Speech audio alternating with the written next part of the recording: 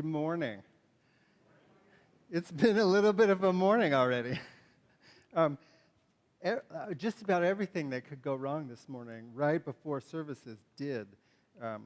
You'll note the projector being one of those things. And the slides, something went very wrong with the slides. We were having trouble with the soundboard. So this is all a prelude to just, I'm going to say a little bit about vulnerability in the in the sermon this morning. Trying to fix all of those things meant that I did not get my usual pre-worship service bathroom break. So if I start talking really fast, it's vulnerability, y'all. But I'm going to start us this morning with a poem by the poet Kim Stafford. It's a hard poem. You can't see this from what I'm reading. I don't know what his intention is in the ways that he organized the text, but it almost looks like two missiles to me.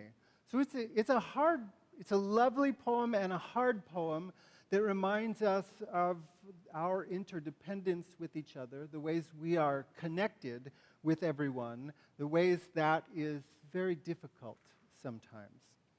Reminds us that as much as we like to think of ourselves as separate from the hard things in the world, we're not. Accessory to war. Last glimpse before dark. Crushed mint in a bowl for tea. Pewter pot with the bent spout, and my brother sprawled on the carpet singing me to sleep. The song our grandmother sang to our mother under the olive trees in the midst of her stories that were our book of delights. Night by night, the telling of the time before, gardens and bread, water from the well, doves in the fig tree, then starlight on the roof. Reading the news, I learn my taxes bought one rivet on the shoulder of a bomb that fell on a family. My rivet flung free as shrapnel whistling through the room to blind a child, so her brother, clawing through smoke and rubble, vowed revenge in all directions, his life for retaliation. War works so well for enemies, making each other seem necessary, while my taxes, dirty money earned by teaching and writing, bought the rivet on the shoulder of the bomb this poem sent.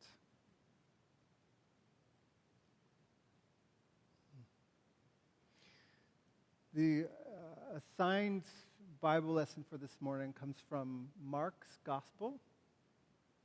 It's got two little scenes, one right after the other, Jesus with his disciples.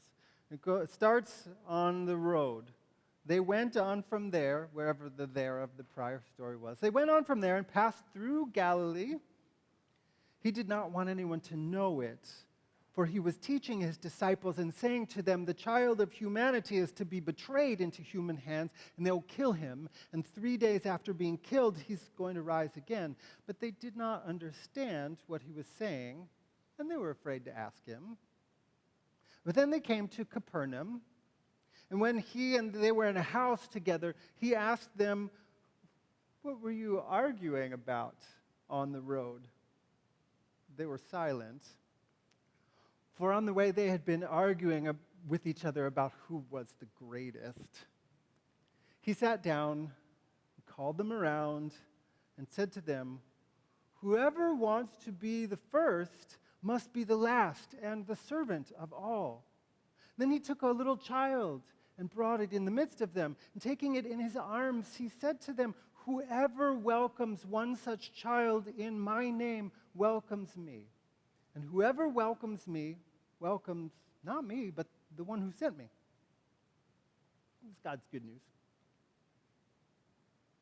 It was one of those I remember where I was moments that we'll all say as we go on in our lives. Every generation has at least one of them. My grandparents remembered where they were when Pearl Harbor was bombed. My parents remembered where they were when Kennedy was assassinated, when King was assassinated. Dad, you can correct me on that later if I'm wrong about that. I remember that I was in the weekly meeting at my hospice agency on the morning of September 11, 2001. For the current generation, well, I was sitting in the very same chair, at the very same desk, writing this sermon on the very same laptop I was on the afternoon of January 6, 2021, when I got a text that said, "You should turn the TV on." Where I saw my very first images of people literally climbing the walls of the U.S. Capitol. I'm not going to ask us to relive that whole moment this morning, but I want to draw a through line from that moment to the vision for the country that's laid out in Project 2025. Before you start hyperventilating, I'm also not going to be reading all 900 pages of that this morning and keeping us in that terrifying space. Hopefully you've all paid enough attention by now that you know some of the stuff that is in there. It was created by a whole team of people who were deeply involved in the prior administration and hope to be involved in an upcoming administration. And many of them, I'm sure, were involved in the storming of the Capitol. It's a wish list of things such as abolishing the Department of Education, reducing money to invest in renewable energy, calling for the Department of Health and Human Services to maintain a quote-unquote biblically based definition of marriage and family, which I can only imagine means that the king gets to have 700 wives and 300 concubines. Replacing a whole host of nonpartisan civil servants with hordes of administration loyalists, placing the entire federal bureaucracy under the control of the president. It's an anti-democratic, authoritarian nightmare. And the common thread linking January 6, 2021 to Project 2025 is Christianity.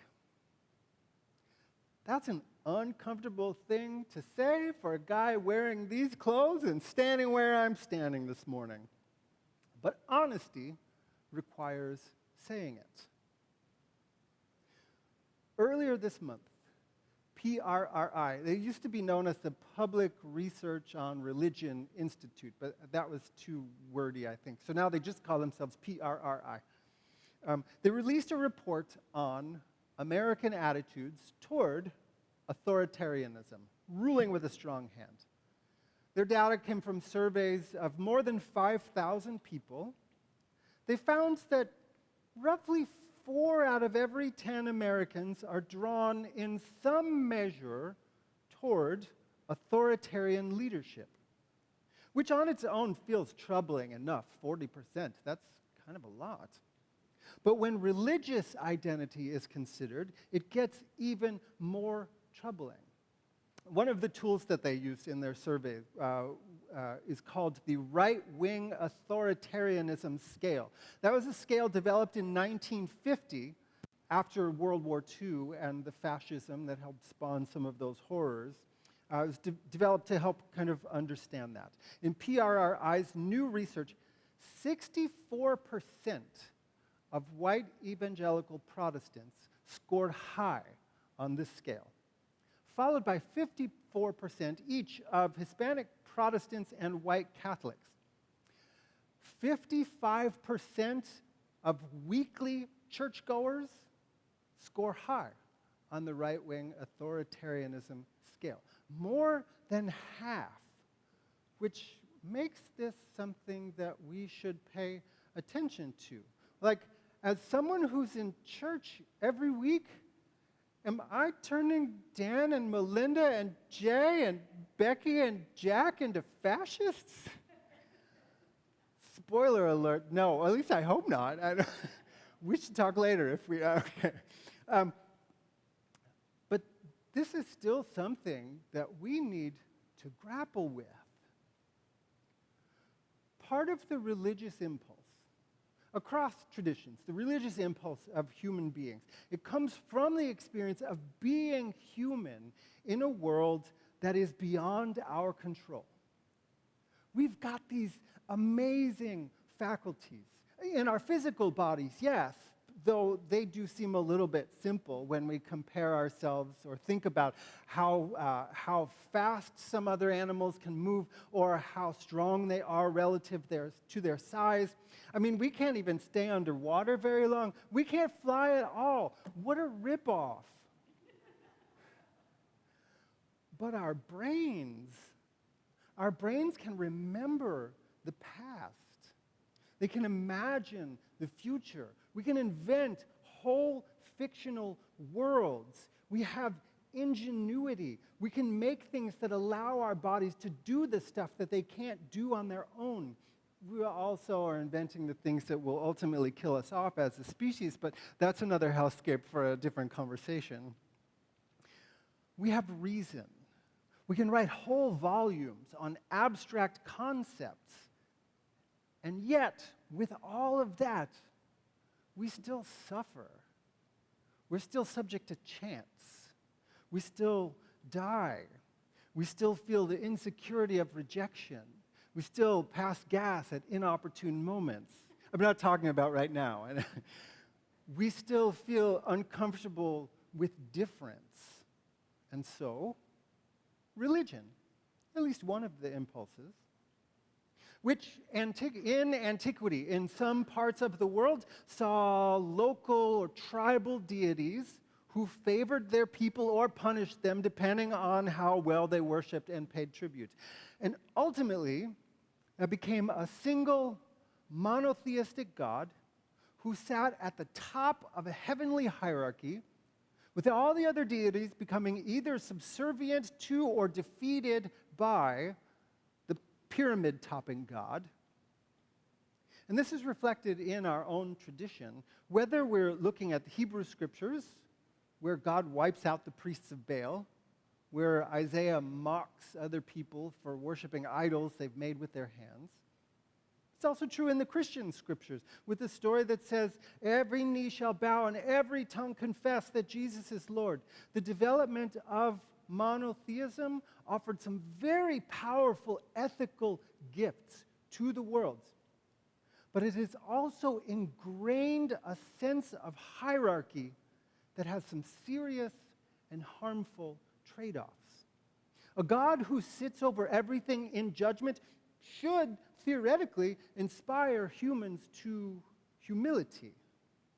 But often, what happens is humans project themselves onto that same hierarchy and assume that their alignment or connection to the God at the top of the pyramid will also put them on top.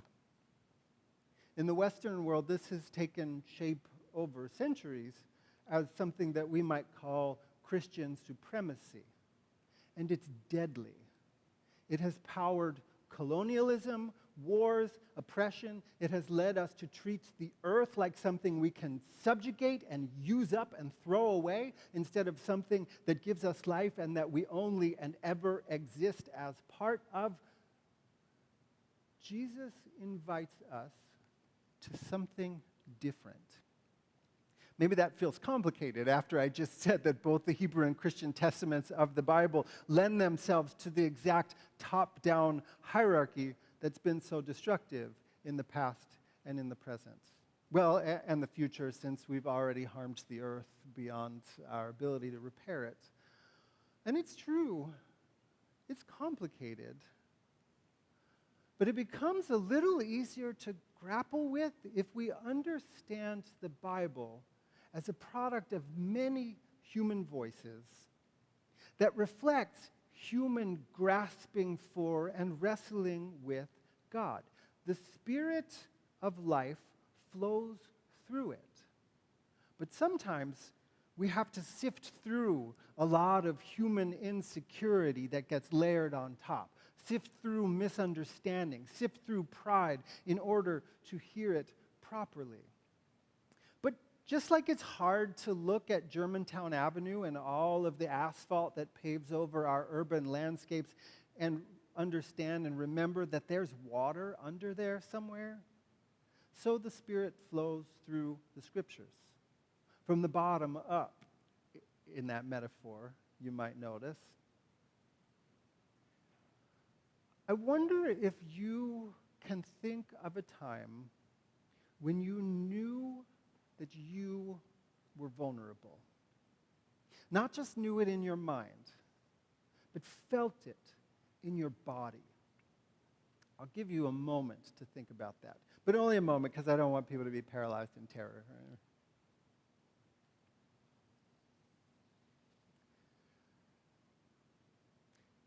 In April of last year, my wife Kathy got a complete hysterectomy. It was a long day at the hospital that day. Kathy, her mom Debbie, and I showed up at noon when they told us to show up. There was a shortage of beds that day, so there was more waiting than anyone would have liked. We waited for the check-in process. We waited for a bed to open up, and then Debbie and I went upstairs to the family waiting room and watched and watched and watched the status board to see if we could decipher something from its runes. Finally,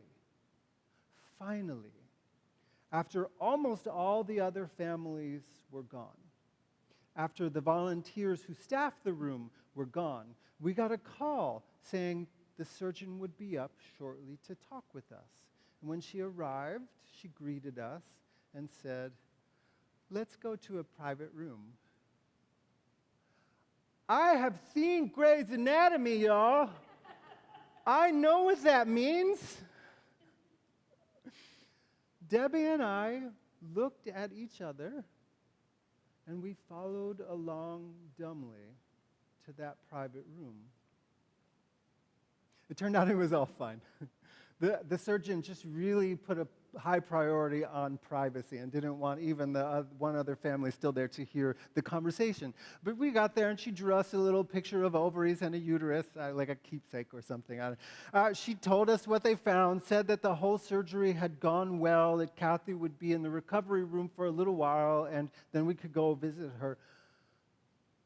But in the 30 or maybe 40 paces from the place where she greeted us to our seats in that private room, we knew what vulnerability is.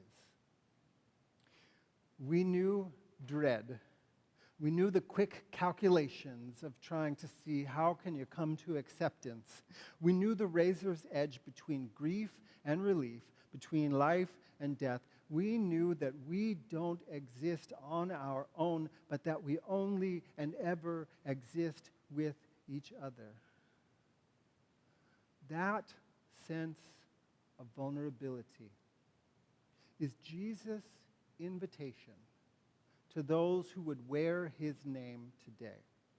In fact, it's more than an invitation. It's a calling, which probably isn't going to sell a whole lot of t-shirts, but it might just be what saves us. What I'm suggesting is that today's Bible reading has something incredibly important to say to us now. On the road to Capernaum, the disciples argued with each other about who was the greatest, the most prominent, the most important, who was the apex predator at the top of the food chain, or even just who did Jesus like the best, who was going to be voted president of the club. In one sense, Mark gives us a really fascinating glimpse into the very natural and even necessary process of a new movement organizing itself. Every group has to figure out some sense of structure for how they're going to operate and live together. But we can only guess from the disciples' sheepish grins and the ways they wouldn't meet Jesus' eyes when he asked what they were talking about, that they were playing out the tired old scripts of people dominating each other, playing out a hierarchy.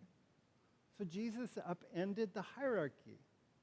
The life of the Spirit is not about positioning yourself on top and maneuvering to keep other people underneath. He didn't quite say it this way, at least not that Mark or any of the gospel writers recorded, but you can almost imagine him saying, y'all. I always imagine him saying, y'all. Y'all, remember that our ancestors fled the pyramids. You're doing this wrong.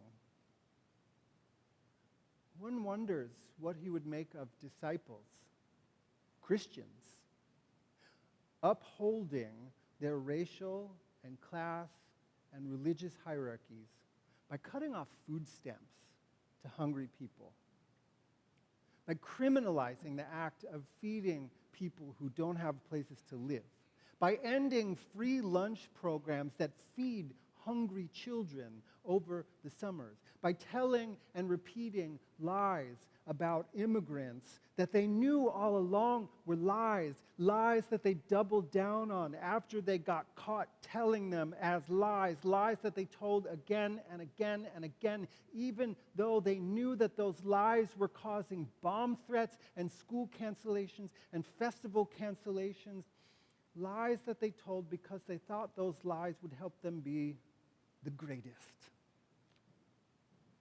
Never mind. I'm pretty sure I know what he'd make of it. He'd wrap his arms around a child, maybe a child whose school was canceled that day. And he'd tell those Christians that if their religion leads them to cause harm, they'd do better to lose it. He'd talk to them of vulnerability. Maybe even ask them to call up that feeling and memories in their senses, in their bodies, and he'd call that holy, and he'd call it spirit. He would call it teacher. Those 40 paces at the hospital that day, the terror, the unknowing, those few moments when Debbie and I were left grasping for air and for each other on a sea of fear, they were a guide.